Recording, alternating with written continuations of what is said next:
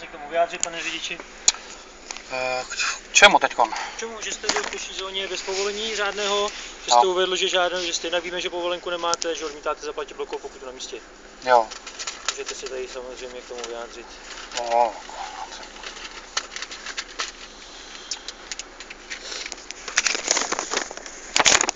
Máte svoji propisku.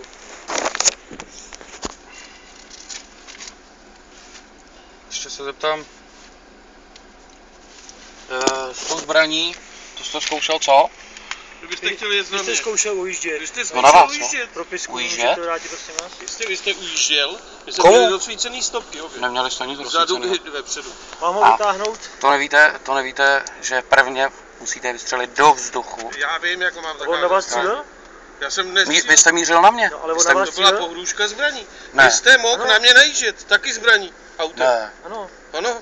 já jsem na vás najížděl, Podívejte se já do jsem zákona. couval dozadu. Já Podívejte se neměl, do zákona, ano. já neměl No, zbraň to ani nataženou, jo. Až by po vás první vystřelil, než by vystřelil vzduchu, potom se můžete ohražovat. Ale já jsem Ale se je tam- chránil, je já tam si chránil donucovací svůj život. prostředek hrozba střelnou zbraní.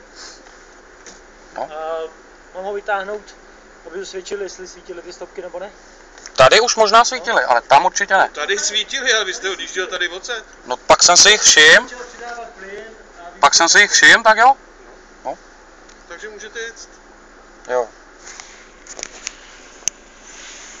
Tady ten pán na mě mířil zbraň.